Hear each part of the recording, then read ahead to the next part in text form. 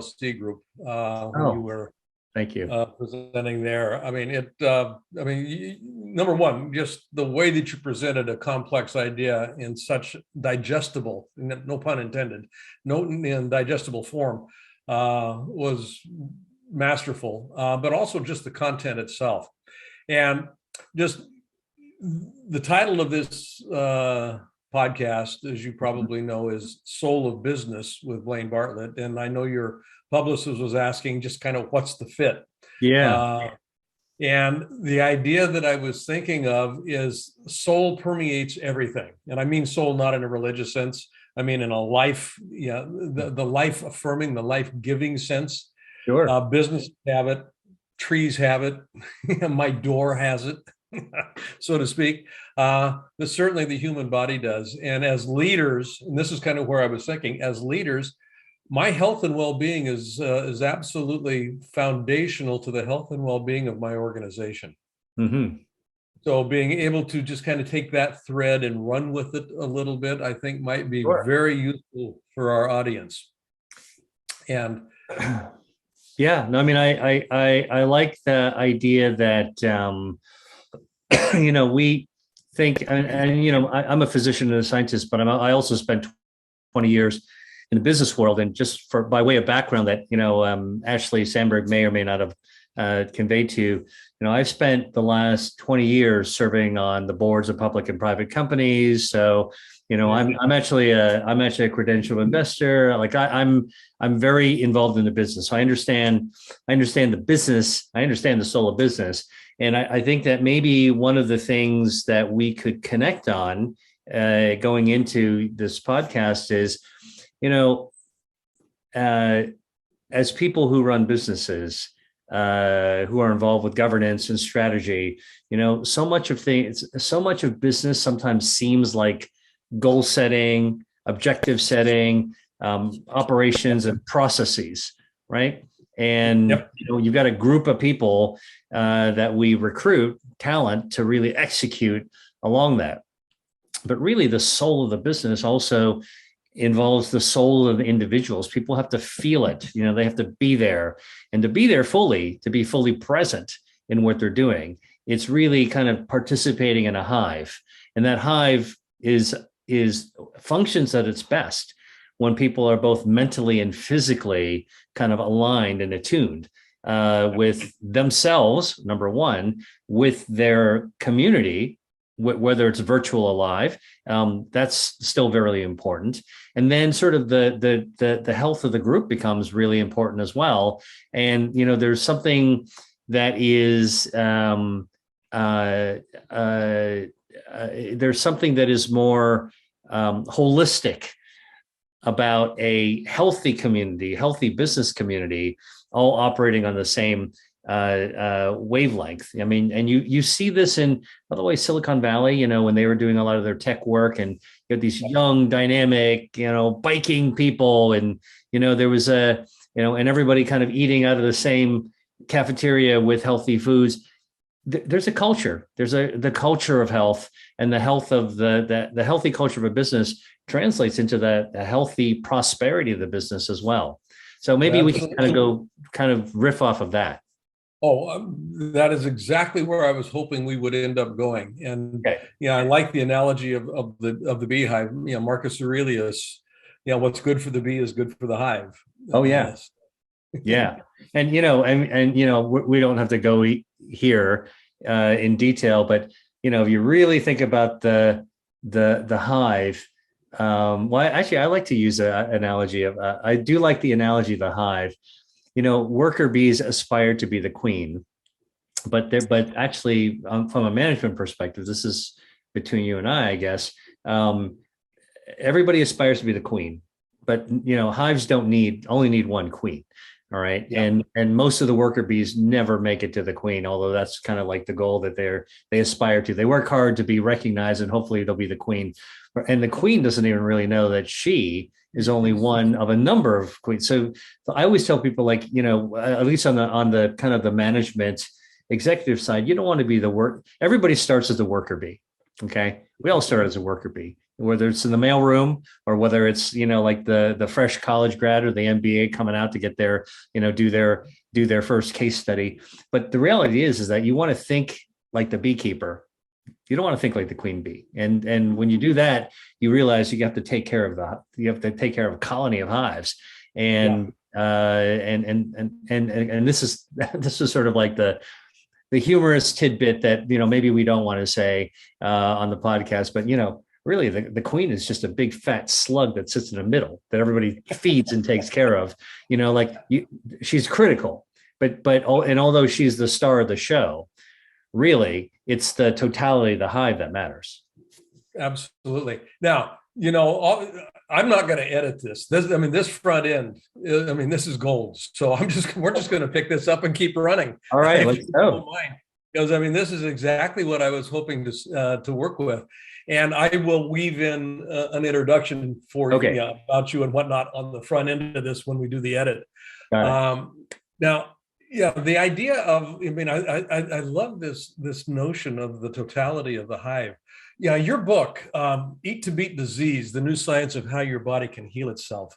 I want to be sure that we actually unbundle that, because that was what got me so interested in having you on the show to begin with, was what I thought was a relatively, and I think more than relatively, it was a very unique approach to drug as a food, which, many people understand that drug in fact is a food, or food is in fact a drug. Your TED Talk, Can We Eat to Starve Cancer, has had over 11 million views. And cancer is a fascinating disease to me. And I say fascinating in the sense, my late wife, died of multiple myeloma. I've had a number of friends that have had cancer, but as far as I can tell, it tends to be more a lifestyle consequence than literally a epiphenomena of genetics or anything else. Is that an accurate assessment? Yeah, that's absolutely accurate. Look, I'm a physician. I'm trained as an internal medicine doctor. So I take care of men and women, young and old, healthy and sick. And as doctors, we're trained to identify, diagnose, and kind of go after sickness, cancer being one of them.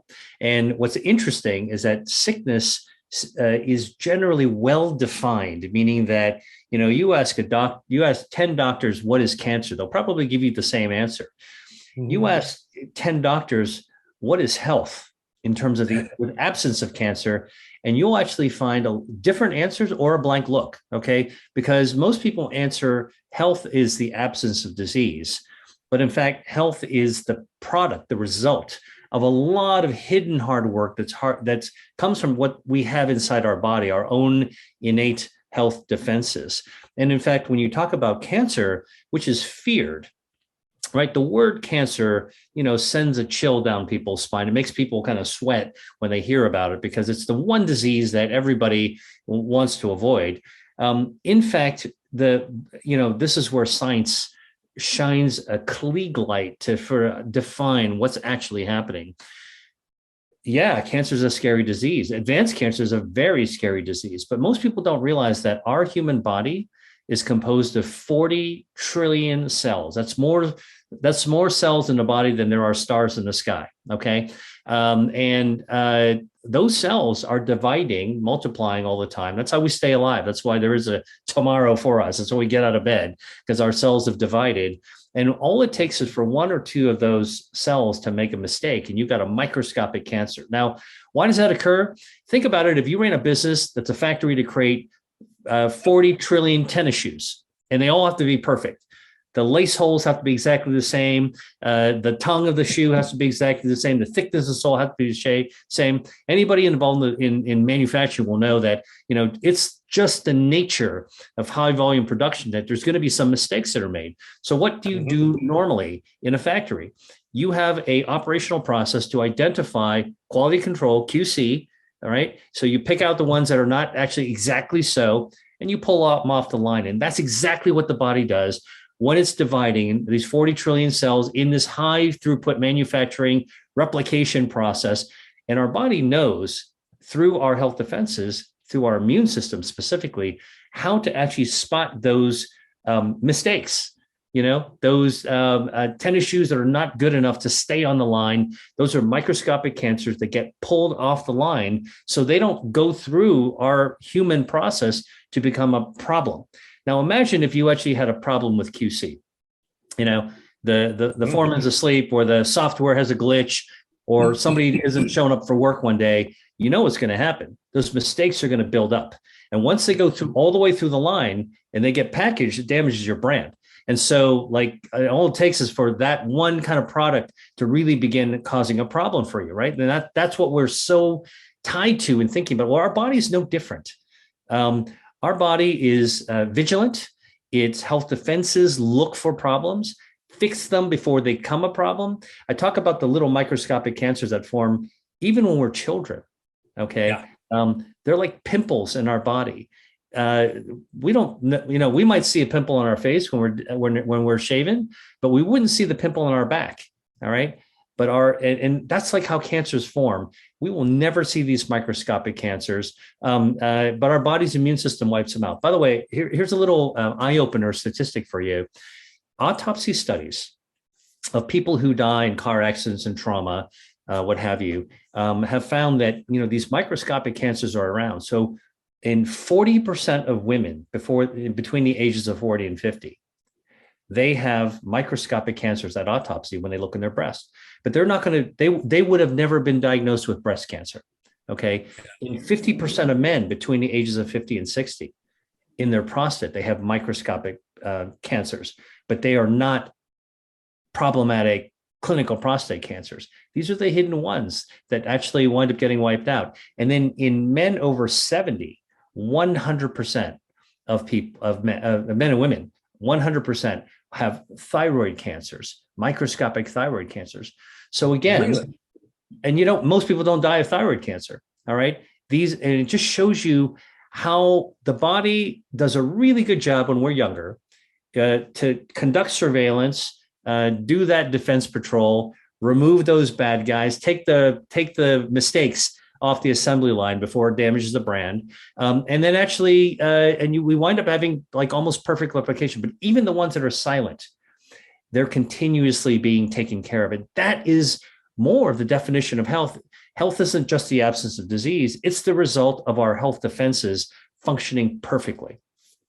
Yeah, I could listen to you forever on this topic. I truly could. I mean, I've replayed the Transformational Leadership Council presentation that you gave probably 6 times. It was that fascinating to me. And the idea, I mean, and there is this business analog, because this is the soul of business. The self-cleaning, mechanism that we call our body. I'm on the teaching faculty of the American Association for Physician Leadership. And your point about defining health, I've actually asked that question to the docs that I work with. And to your point, I get just an incredible spectrum of answers to that question. And when I'm looking at them in the context of leadership and working with them in the context of leadership, I get the same kind of diversity, when I ask the question, what is leadership? And the idea that there's actually an embedded question that comes into play here. With that variety of answers to health and that variety of answers to the question of what is leadership, there is a way that things begin to work in nature that, when allowed to actually attend to itself, things seem to actually work fairly well. It's the intervention that we introduce into our systems that are not intended for a healthy regime that actually ends up causing us difficulties and problems. And most of those introductions are unconsciously done, either from an archaic model of leadership that says it's about command and control, or a dietary function that epigenetically or even societally says this is the best thing for you to be eating right now. So the embedded question here has to do with, how do you as a physician, how do you as you're an investor, you sit on boards, how do you actually pay attention to the unintended introduction of a pathogen into the system that can cause difficulties. I want to thank you for listening. I want to also invite you right now to go to blainebartlett.com. And on that site, which is my personal website, you'll see services up on the top menu.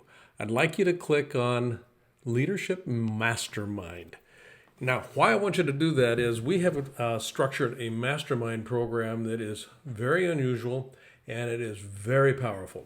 And by going onto that site and clicking that link, you'll be taken to a landing page that is an invitation to join this mastermind. It's a 52-week-long exploration of what it takes to be a highly effective leader in today's fast-changing environment.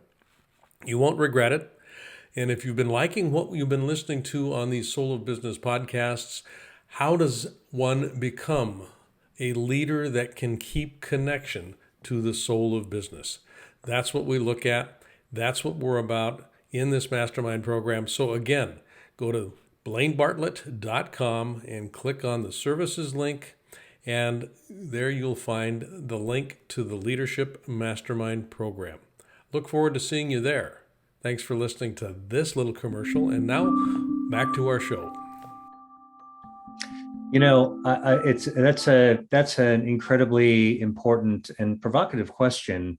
I mean, sort of as somebody who sits in a business role, let's say in a director role in a company, I think that a couple of things come to mind. Number one is clarity of mission and process.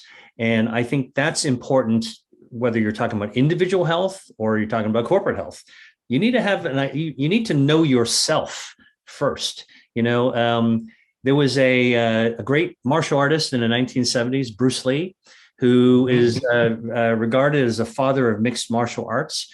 And the reason he was regarded the father of mixed martial arts is he said, you don't want to actually just be wedded to one style of martial arts or combat fighting. You want to actually be trained to recognize a lot of different skills. You need to have different skills.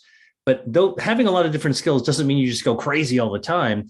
You need to first know yourself, and you need to take the pieces of by understanding yourself, you find a way to fit into your environment and to leverage what's in the environment. So I think going back to the business realm, and we'll come back to the health realm in a second. I think that, you know, every person functioning in business needs to understand what they bring to the table and match their own clarity of what their strength is with what the business actually needs. So, I mean, I can tell you personally, I pass on the opportunity to serve on boards in which I'm not bringing something to the table that I recognize, even if it's an incredible opportunity, because that's not a good alignment. So knowing yourself is really important. Now, what is knowing yourself? I mean, these are the analogies of the health to a business, I suppose, is that being in touch, being in tune with what your body needs. You know, we've all had this experience where, you know, out of the blue, you feel like you want to have an orange, or out of the blue, you feel like, you know, you just really need to have that one thing. It's your body texting your brain, basically saying there's something missing or there's something we vitally need. Go out and get it. And most of us do, right? You go on this sort of like crazed manhunt for whatever it is that your body's telling you. I did that last night. I know there's a chocolate bar in here someplace. Well, I can tell you. So the dark chocolate signal is really interesting. Chocolate is made with cacao. Cacao is a plant-based food. So although we think about candy bars as sort of a confection with a lot of stuff in there that may not be so good for you, at the soul of a chocolate bar of chocolate is cacao, which is plant-based. Now, plant-based foods are replete with a number of natural resources that boost our body's health defenses. We got 5 health defenses. Angiogenesis, how our body grows blood vessels. Regeneration, our stem cells that can actually help us revitalize, renew our body from the inside out. Our microbiome, our gut microbiome, gut health.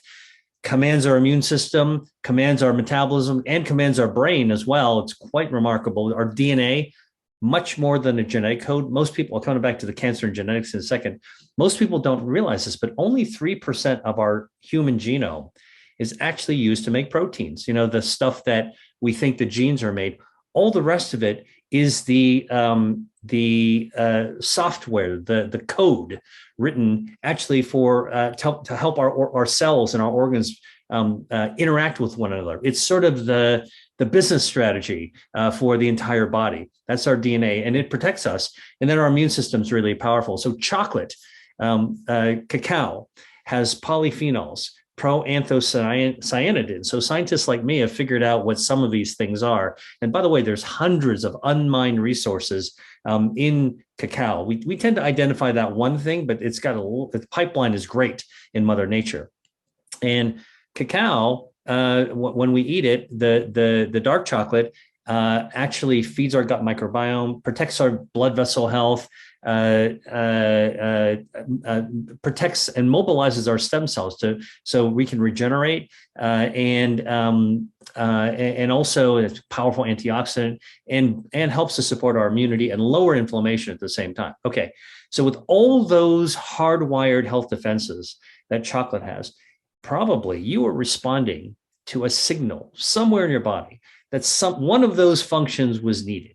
So you set out your body is kind of your radar is lit up to go look for that chocolate so that your body can do its thing. That's actually kind of the body. That's a hardwired response for you to actually look for what it is that you actually need. I always tell people when it comes to health, listen to your body. Listen to the body. Yeah. You know, that's interesting. I mean, yeah, Dr. Lee, I mean, I could listen to you forever on this stuff. I mean, you are just such a font of unbelievable knowledge. And folks, I mean, as you're listening here, get the book. I've got the book, the book, Eat to Beat Disease.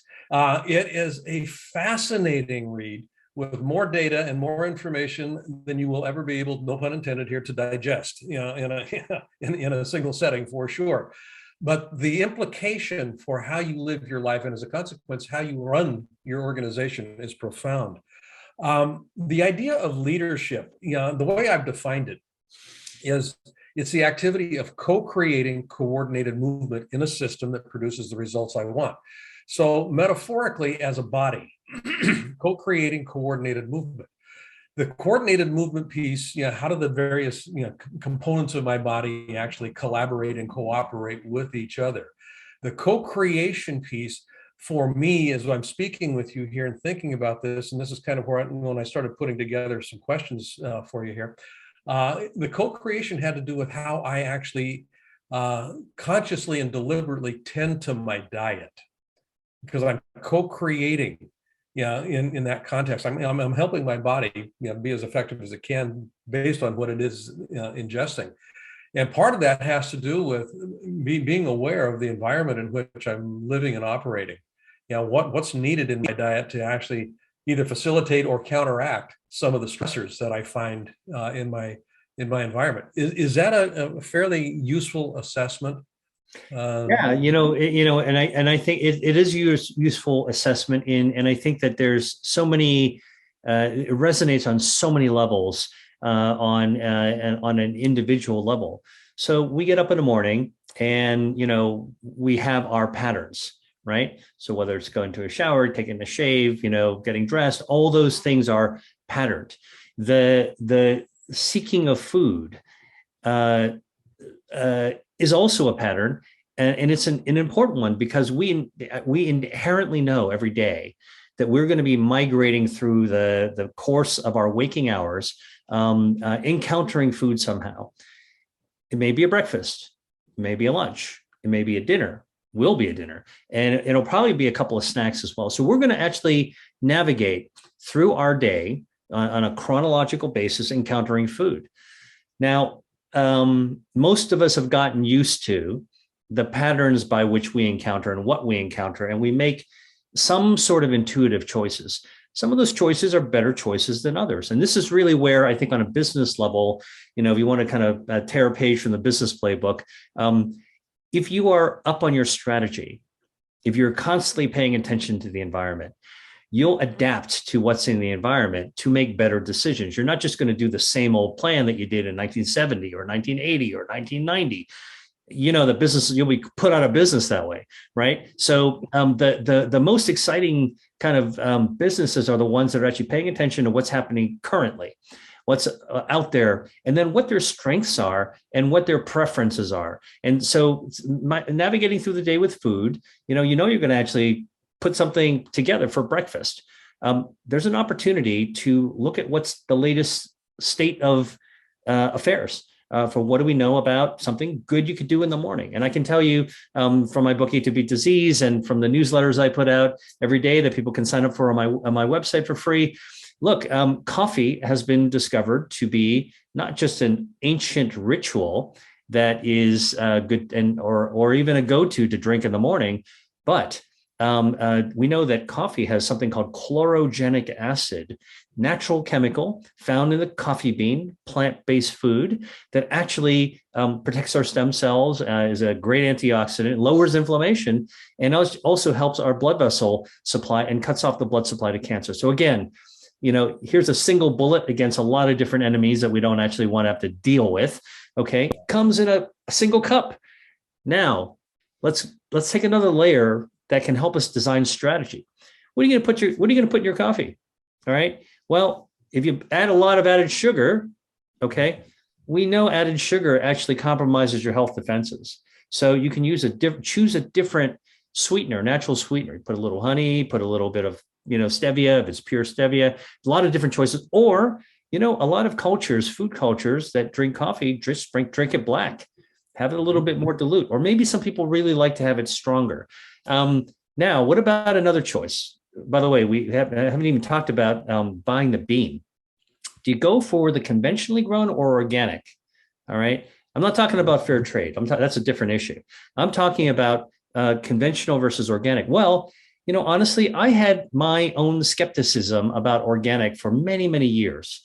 But the data I'm seeing from the environment is changing my view. I used to think organic's pricey, it's privileged, it's marketing, it's making me feel I'm doing the right thing. But I'll tell you what the horticulturists are finding out. They're finding, if you look at chlorogenic acid, the good stuff that you want, that I would want in a cup of coffee, we're still at breakfast, right? I've got the whole rest of the day to talk about this. That chlorogenic acid, actually, what is it?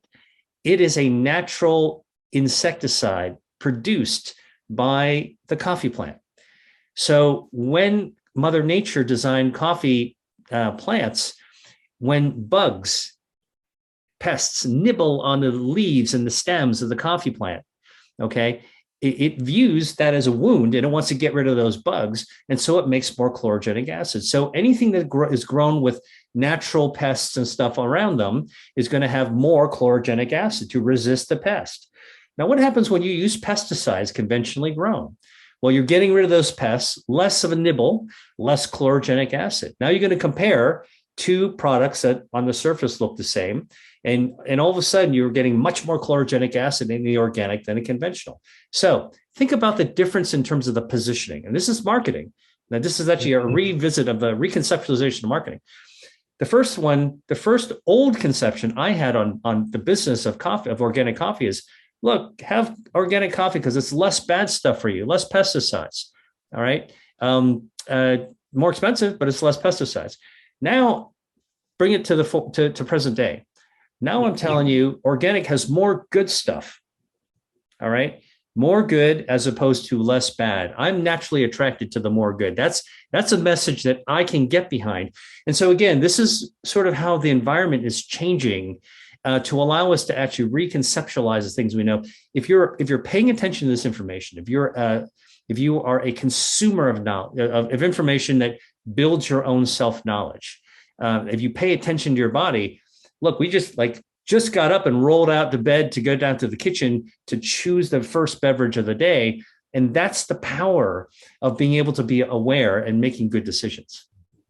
Yeah, I love it. The last TED talk I gave was Nature is the Ultimate Business Guru. And the idea was that the purpose of business is to enhance the probability of thriving for all life on the planet. And it's, yeah, you're going to make a profit, you have to stay in business. But if you're actually enhancing the possibility of thriving, you're going to be having more customers than you can possibly think of. So, and the reason I mentioned that is very consistent with your point here about organic. In this context, it's not about cutting costs so I've got a bigger margin. It's about what can I bring to market that does more good than harm. Enhances the possibility of thriving. And yeah, totally agree. And I mean, and this actually speaks to this idea of Mother Nature and why we need to protect our planet as a gigantic, still largely untapped value proposition. It's a pipeline filled with treasure that we can't afford to destroy the basis of, and I think this is where this, here's another kind of like reconceptualization with the rebranding. Climate change. It's going to get too hot. We're going to lose our shorelines. There's going to be catastrophic stuff. More bad. All right. How about if we reconceptualize it to say, actually by being mindful and making conscious decisions that protect our planet, it allows us even more opportunity to mine those resources that are all around us that we want to actually be able to help thrive so that we can tap into them. Right. I mean, it's the same thing. And that's, I think that so planetary health also plays into this, the business health, the community health, and the individual health. These principles that we're talking about are all very resonant. Yeah. Yeah, I love this. Yeah, and again, I mean, I'm really chagrined that we've only got 30 minutes to talk here. And that being said, you have a master class that I want to make sure that people are aware of. Can you talk a little bit about not only what it is, but where they can actually find it? Because it's actually a free master class that is it's phenomenal. Well, so, I want to give the background to it first. So, like every other human on the planet, a few years ago, when the pandemic was declared, I sat walled into my house, staring out the window, wondering what was going to happen in the world. Now, I'm a medical doctor and I'm a medical scientist as well. And when someone like me feels at a loss of what to do when it comes to health, that we're like in kind of deep doo-doo, right? Like we're in no man's land. It's a scientific term. There were no man's land. What's that? It's a scientific term, deep doo-doo. That is a scientific term. There's an emoji for it. Exactly. I knew, as well as everyone else, hospitals couldn't offer anything. Health systems couldn't offer anything. Your doctor didn't even want to see you in the office during the pandemic. The pharmaceutical industry had nothing. So the traditional medical system was drawing a big blank. And one of the things that I realized staring out the window along with everyone else in the world, every other human in the world, is that, this was a moment where like all this incredible stuff with health, which is actually really important. Sometimes there were no answers. And yet all of us had to make that decision 3 times a day, that navigation that we discussed earlier of choosing what we're going to eat. And in fact, during the early part of the pandemic, what struck me is that we were all kind of like carefully covering ourselves and running out to the store to within the shortest possible period without browsing to pick up whatever it is we needed and to scurry back to our homes and lock our doors. And then, we had to prepare dinner, like, back to basics. And so here was this like ultimate contrast. We're facing a health crisis. The world at large, the medical establishment had nothing to offer because we didn't know enough about the disease. Now, I jumped into the fray to figure some things out, but for everyone else, including myself, we still had to eat.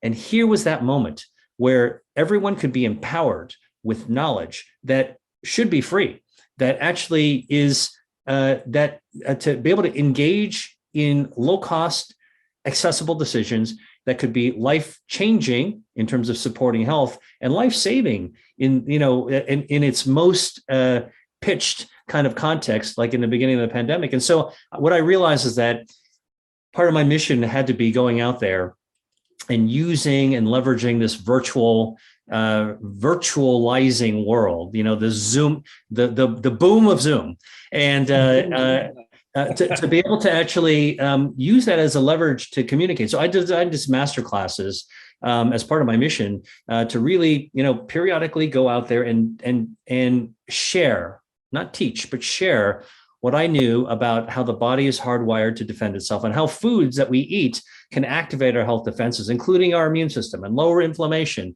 and help us resist, help our gut be healthier. And along in parallel track, what I realize is that, we're also beginning to have research on foods that actually help provide better immunity as well. And so this is basically what I have been doing over the last couple of years, coming on in the evenings, doing these master classes, sharing knowledge. It's completely free because I really believe that this is, this is the kind of information that ultimately it's priceless, number one. So there's no amount of money that it would be worth, but it's also something that actually pays itself off. It's an incredible resource that if you learn it, you can then put it to work right away. You can then help impact your community as well, whether it's a spouse, a family member, a neighbor, or a friend, and you can share that knowledge. And so scalable impact, which is something I'm really passionate about. So where you find it is, please come to my website. It's at drwilliamlee.com, drwilliamlee.com. You can find me on social. I'm at Dr. William Lee, Dr. William Lee, LI, and you'll see me talking about new information, new data, new research, new recipes, new ideas, new foods, all the time. But if you sign on for my masterclass, we'll let you know exactly when I'm actually doing the next one. Now, I will tell you that some people really told me that they wanted to take that next step to do a real deep dive, to commit themselves to a real life change. And so what I also did is I created an online course for people who really want to do a deep dive. And also, I learned how to actually do digital business as well. And so, I kind of find this adaptation strategy, knowing what your own strengths are, responding to the environment, finding out how to actually improve, navigating through that. When this is, I think, just a concept that helps the individual, helps the business they work for, and helps the community as well as the globe. I love it. I love it. Folks, check it out. It is well worth your time. We've been listening to Dr. William Lee, and I can't thank you enough for taking the time, obviously, but more than that, just being willing to just so generously share what I know is just a thumbnail scrape of the information and knowledge that you have to share. So I thank you very much. You've been listening to Blaine Bartlett. This is The Soul of Business with Blaine Bartlett. And folks, I thank you for listening. You can find out more about what I'm up to at blainebartlett.com. All kinds of resources there that you can take advantage of. And until next time, have a great day and have a great week. Take care.